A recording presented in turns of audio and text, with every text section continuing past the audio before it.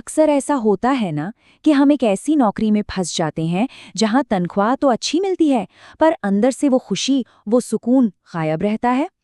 आज हम एक ऐसे ही प्रैक्टिकल, रिसर्च पर आधारित फॉर्मूले को समझेंगे जो किसी को भी अपने प्रोफेशनल पैशन को खोजने में मदद करेगा, ताकि करियर में फंसे होने वाली जो फीलिंग है ना, उससे बाहर निकाला जा सके। तो चलिए इसे जरा गहराई से समझते हैं। तो चलिए शुरुआत करते हैं एक बहुत ही आम एहसास से। बाहर से देखने पर सब कुछ बढ़िया है, लेकिन अंदर से कई लोग फंसा हुआ महसूस करते हैं। इसे एक तरह का मिडिल क्लास ट्रैप या एक आरामदायक जाल कह सकते हैं, जहां सैलरी तो अच्छी है पर दिल में एक खालीपन सा है। और जब हम इस जाल में फंस जाते हैं तो जानते हैं क्या होता है।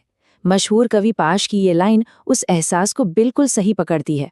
जब हम अपने सपनों को नज़रअंदाज करते हैं तो हम सिर्फ एक करियर नहीं खोते, हम अपने जीवन का एक बहुत ज़रूरी हिस्सा खो देते हैं। इस पूरी बात को ना एक कहानी से समझते हैं। मिलिए अमित से।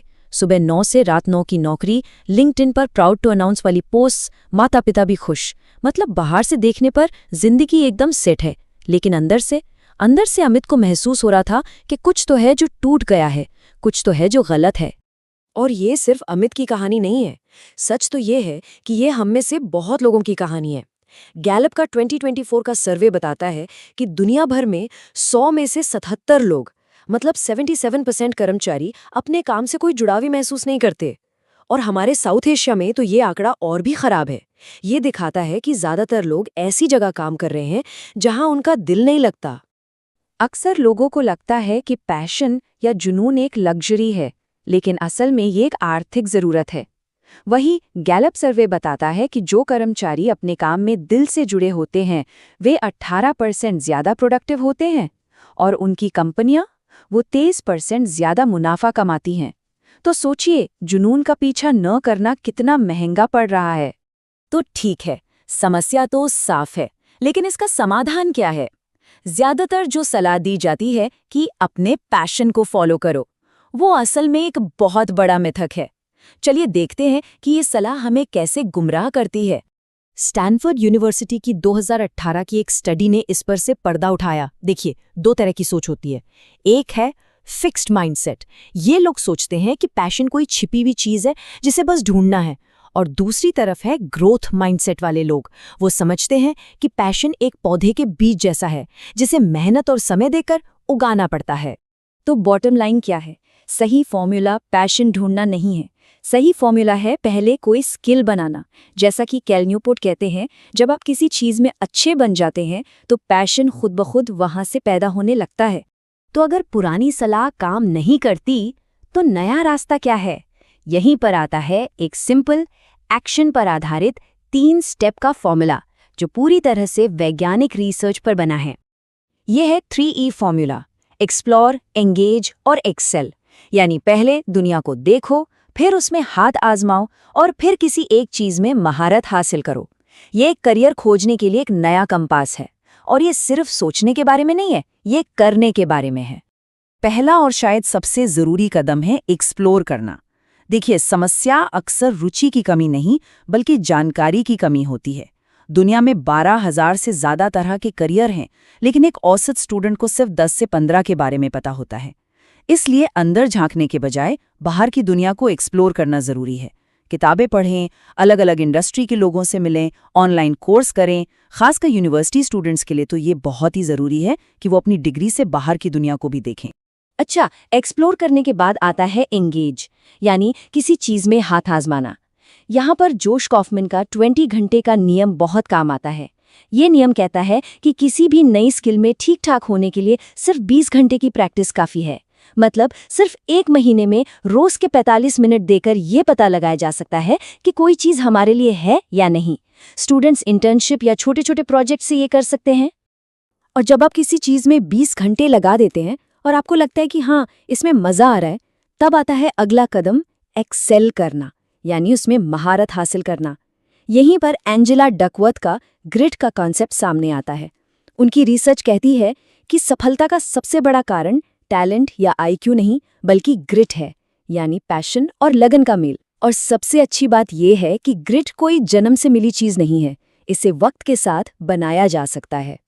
तो इस पूरी मेहनत का, इस 3E फॉर्मूले का, एक्सप्लोर, एंगेज, एक्सेल, इसका आखिरी मकसद क्या है? इसका जवाब हमें जापान के एक बहुत ही खूबसूरत कॉन्सेप्ट इकिगाई में मिलता है। इकिगाई वो जादुई पॉइंट है जहां आपकी पसंद, आपकी काबिलियत और दुनिया की ज़रूरतें, ये तीनों आकर मिलती हैं। इकिगाई इन 4 चीज़ों के मिलने से बनता है। वो काम जो आपको पसंद है, जिसमें आप अच्छे हैं, जिसकी दुनिया को ज़रूरत है और जिसके लिए आपको पैसे मिल सकते हैं। जब आपकी काबिलियत यानी जिसमें आप अच्छे हैं बाजार की ज़रूरत से मिलती है और कोई उसके लिए पैसे देने को तैयार है, तब जाकर एक मजबूत करियर बनता है।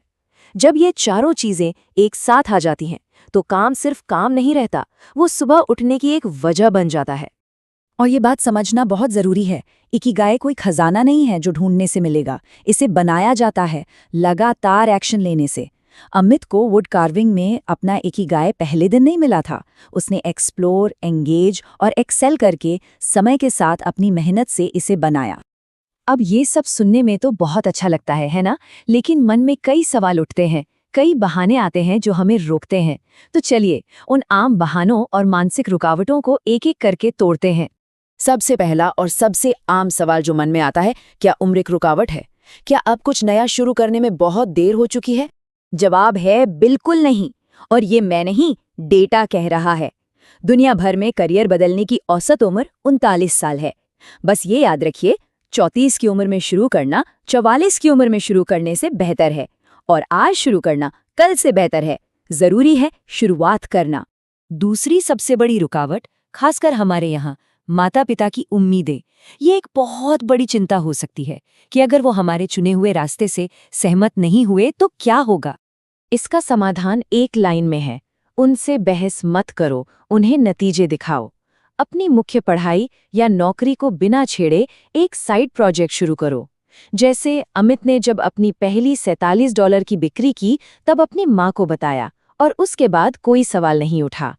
एक छोटा सा नतीजा भी बड़ी बड़ी बातों से ज्यादा असरदार होता है। और आखिर में शायद सबसे आम बहाना, पैसा। क्या जुनून का पीछा करना महंगा है? क्या इसके लिए नौकरी छोड़नी पड़ेगी? सच तो इसके बिल्कुल उल्टा है। कुछ भी छोड़ने की जरूरत नहीं है। एक साइड प्रोजेक्ट शुरू कीजिए। सैन फ्रांसिस्को यूनिवर्सिटी की एक स्टडी तो ये भी कहती है कि साइड प्रोजेक्ट आपकी मुख्य नौकरी के प्रदर्शन को भी बेहतर बनाता है। ये आपकी क्रिएटिविटी को जगाता है और बर्नआउट को कम करता है। तो सोचिए, जिस चीज को अभी तक सिर्फ एक शौक मान रहे थे, वो शौक से कई ज्यादा हो सकता है। क्या पता आपका वो छोटा सा साइड प्रोजेक्ट ही भविष्य में कुछ बड़ा बन जाए। जब हम अपने जुनून का पीछा करते हैं तो हम सिर्फ अपनी जिंदगी नहीं बदलते, हम इस देश के भविष्य को भी एक नई दिशा देते हैं।